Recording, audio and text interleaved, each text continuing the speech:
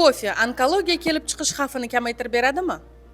Haqiqat, kofe onkologiya xavfini keltirib chiqishi kamaytirib beradi. Bundan tashqari diabet va insultni xavfini ham kamaytirib beradi va eng asosiysi xotirani mustahkamlab beradi.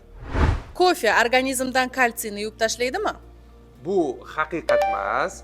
Kofeni yaxshisi bo'lsa, bemalol iste'mol qilsangiz bo'ladi. Kofe ishtahani bo'g'adi va ozishga yordam beradimi? Qisman haqiqat, kofe ishtahani bo'g'adi, organizmda moddalar almashuv jarayonini yaxshilab, lekin ozdirmaydi. Kofe quvvat beradimi? Endi bilmadim sizga beradimi yo'qmi, lekin aslida biroz muddatga quvvat beradi. Detox Hyper Energy organizmni tozalashga yordam beradimi?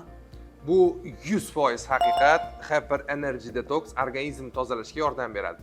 Mahsulot iste'mol qilishni boshlaganingizdan so'ng organizmdagi keraksiz toksinlarni, shlaklarni, bakteriyalarni tozalab tashlab, yomon xolesterin miqdorini kamaytirib, organizmni ortiqcha vazndan xalos bo'lishiga yordam beradi va eng asosiysi jigar faoliyatini tiklashga ham juda kuchli yordam beradi va siz kun davomida tetik, quvvatliroq yurishingizni ta'minlab beradi. Bu videoni doim kofe ichib yuradigan tanishlaringizga yuborib qo'ying.